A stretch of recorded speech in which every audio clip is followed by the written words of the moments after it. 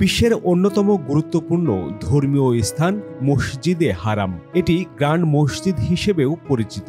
প্রতিদিন এখানে নামাজ আদায় করেন লাখো মুসল্লি। এই পবিত্র স্থান শুধু আধ্যাত্মিক কেন্দ্র নয়, বরং এটি বিস্ময়কর প্রযুক্তি ও ব্যবস্থাপনার নিদর্শনও। এই মসজিদটি মুসলিমদের হজ যাত্রাকালীন সফরের একটি স্থান, যা প্রত্যেক সামর্থ্যবান মুসলমানের জন্য জীবনে কমপক্ষে একবার পালনীয়। এছাড়াও মুসলমানদের হজের চেয়ে ছোট জিয়ারত ওমরাহের এটি প্রধান অংশ হিসাবেও মুসলিমদের এখানে ভ্রমণ করতে হয়। 2022 সালের জরিপ অনুযায়ী মসজিদে হারাম পৃথিবীর বৃহত্তম মসজিদ ও 8ম বৃহত্তম স্থাপনা হিসাবে অক্ষত রয়েছে। সৌদি আরবের মক্কায় অবস্থিত এই মসজিদ পরিচালনার জন্য প্রতি মাসে 48 কোটি টাকারও বেশি বিদ্যুৎ বিল গুনতে হয়। প্রতিদিন প্রয়োজন পড়ে 100 মেগাভোল্ট অ্যাম্পিয়ার বিদ্যুৎ। এই বিশাল শক্তির চাহিদা পূরণ করতেই মসজিদের পরিচালন ব্যয় আকাশচুম্বী।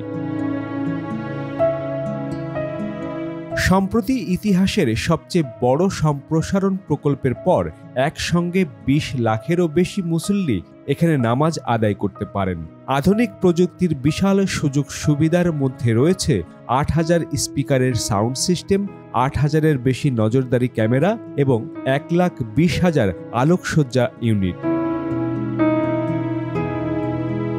গ্রীষ্মে প্রচণ্ড গরমের মধ্যে মুসল্লিদের আরামের জন্য রয়েছে 1,55,000 টন ক্ষমতাসম্পন্ন কুলিং সিস্টেম, 883টি এয়ার কন্ডিশনিং ইউনিট এবং 4,323টি বায়ু চলাচল ও মিস্টিং ফ্যান।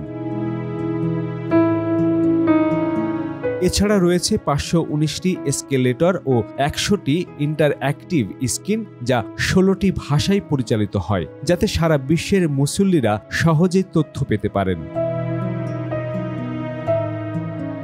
তবে এই বিশাল ব্যয় সামলানো সহজ কাজ নয়। মক্কার হোটেল ও ব্যবসা প্রতিষ্ঠানের উপর বিশেষ ফি আরোপ প্রস্তাব আসছে, যাতে মসজিদের আধুনিক সুবিধাগুলো দীর্ঘমেয়াদে টিকিয়ে রাখা যায়।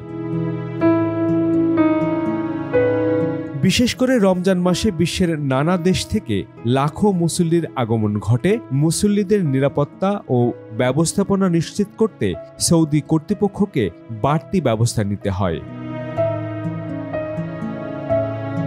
গ্র্যান্ড মসজিদ শুধু একটি স্থাপনা নয়, এটি মুসলমানদের হৃদয়ের স্পন্দন।